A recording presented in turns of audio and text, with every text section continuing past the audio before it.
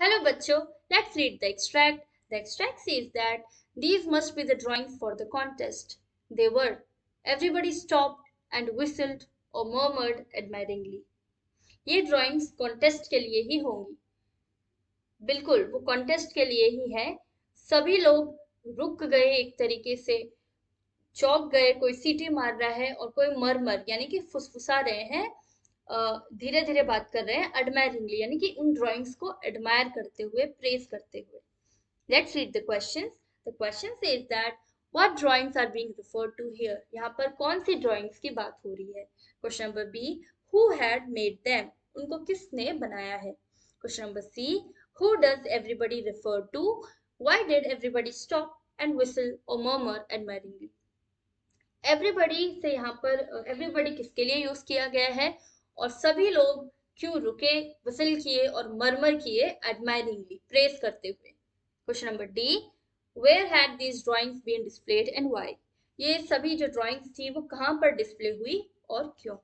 Let's understand the key concept. Everybody admiring Wanda's drawings. Wanda की drawing की सभी तारीफ करते हैं. Answer to question number A. The drawings of 100 colorful, lavish patterns are being referred to here. यहाँ पर जिन drawings के बारे में बात हो रही है वो 100 है और सभी की सभी कलरफुल हैं, लेविश पैटर्न से यानी कि बहुत ही महंगी, बहुत ही सुंदर, एक्सपेंसिव पैटर्न से वो ड्राइंग बनी है। ऐसे लग रहा है उन ड्राइंग्स को देख करके कि काफी महंगी ड्राइंग्स है, इस तरह से वो लेविश तरीके से वो शाइन कर रही है। Answer to question number B. Wanda Petronsky, an American schoolgirl of Polish origin, has made these drawings. In drawings को किसने बनाया है? वांडा पेट्रॉन्स्की ने, जो कि एक अमेरिकन स्कूल गर्ल है, स्कूल में पढ़ती हैं, एक अमेरिका के स्कूल में पढ़ती हैं और उनका ओरिजिन क्या है, उस लड़की का ओरिजिन क्या है? पॉलिश, यानी कि वो पोलैंड से है, उसके पेरेंट्स पोलैंड से है। Answer to question number C. Everybody refers to the students of room 13. They gasped at the sight of such beautiful, colorful and vibrant designs, so they stopped and whistled or murmured admiringly.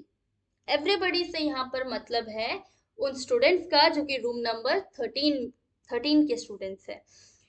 उन सभी का मुंह खुला का खुला रह जाता है जब ये गेस्ट, यानी मुंह खुला रहना, जब वो ब्यूटीफुल, सुंदर, कलरफुल और वाइब्रेंट यानी कि आंखों को भाने वाले ऐसे डिजाइन्स को जब वो देखते हैं तो उनका मुंह खुला का खुला रह जाता है। इसलिए वो देख के रुक जाते हैं, सीटी मारते हैं और फुसफुसा रहे होते हैं, तारीफ कर रहे होते हैं, तारीफ के मैनर में।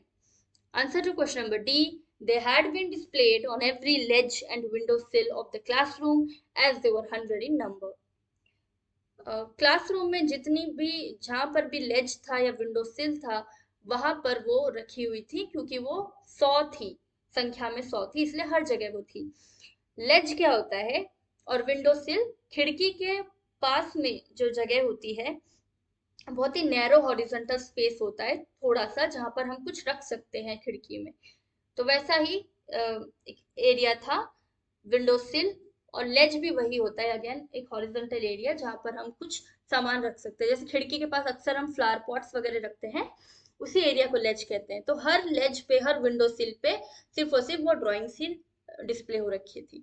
Hope you understood the question well. Best of luck. Thank you so much.